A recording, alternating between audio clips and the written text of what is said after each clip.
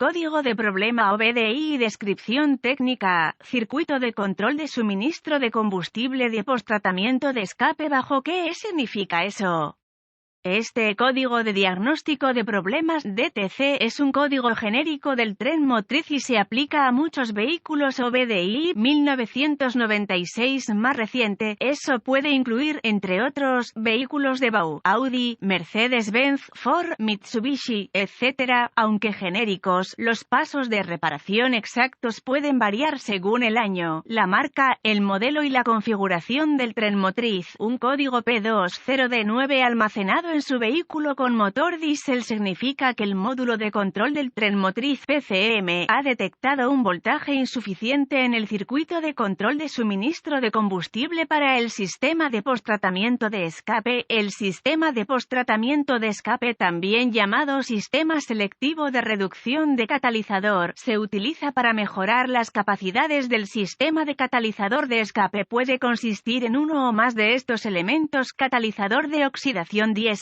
filtro de partículas diésel, sistema de inyección de reductor, catalizador de deslizamiento de amoníaco y una trampa de óxido de nitrógeno NOx. El sistema de inyección de reductor se compone típicamente de al menos un inyector de reductor, un tanque de almacenamiento de combustible reductor y líneas de combustible reductor de alta presión. Una bomba electrónica de alta presión normalmente está situada en el tanque o en la línea de suministro de combustible. Es dentro del circuito que controla esta bomba de suministro que se percibe un mal funcionamiento cuando se almacena un P20D9. Entre otras cosas, los sistemas de posttratamiento de escape EAS son responsables de la inyección de compuesto reductor, fluido de escape diésel, DEF, en el escape frente al filtro de partículas diésel, trampa de NOx o el convertidor catalítico a través de un almacenamiento automático de fluido y sistema de inyección. Las inyecciones de DEF con tiempo preciso elevan la temperatura de los diversos elementos de filtración y les permiten funcionar de manera más eficiente. La introducción de DEF en el sistema catalítico promueve la longevidad de los elementos de filtración y permite que se liberen menos emisiones nocivas de escape a la atmósfera. Los sistemas EAS y catalizadores son monitoreados y controlados por el PCM o un controlador independiente que interactúa con el PCM. El controlador monitorea los sensores de presión del sistema de inyección de fluido reductor O2, NOx y temperatura de escape, así como otras entradas para determinar el tiempo apropiado para la inyección de DEF reductor. Si el PCM detecta un voltaje insuficiente en el circuito de control de la bomba de combustible EAS,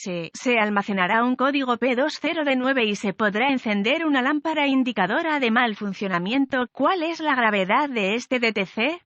Un código almacenado P20D9 debe considerarse severo y abordarse lo más rápido posible. El sistema EAS puede dañarse como resultado de las condiciones que contribuyeron al almacenamiento del código P20D9. ¿Cuáles son algunos de los síntomas del código?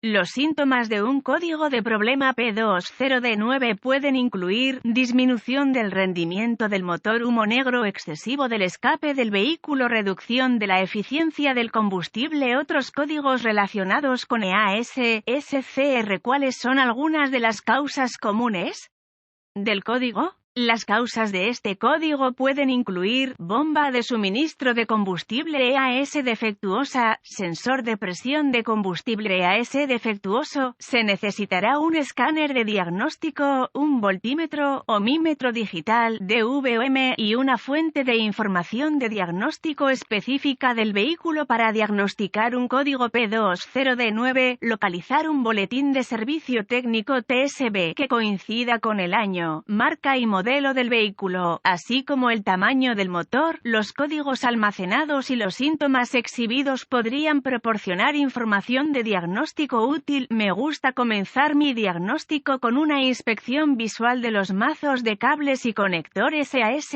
El cableado o los conectores quemados o dañados deben repararse o reemplazarse antes de continuar. Continuaría conectando el escáner al conector de diagnóstico del vehículo y recuperando todos los códigos almacenados y los datos pertinentes del cuadro congelado. Considere escribir esta información antes de borrar los códigos. Pruebe el vehículo hasta que el PCM entre en modo de preparación o se restablezca el código. Si el PCM entra en modo de preparación en este momento, el código es intermitente y puede ser mucho más difícil de diagnosticar. Si este es el caso, es posible que las condiciones que contribuyeron al almacenamiento del código empeoren antes de que se pueda hacer un diagnóstico preciso.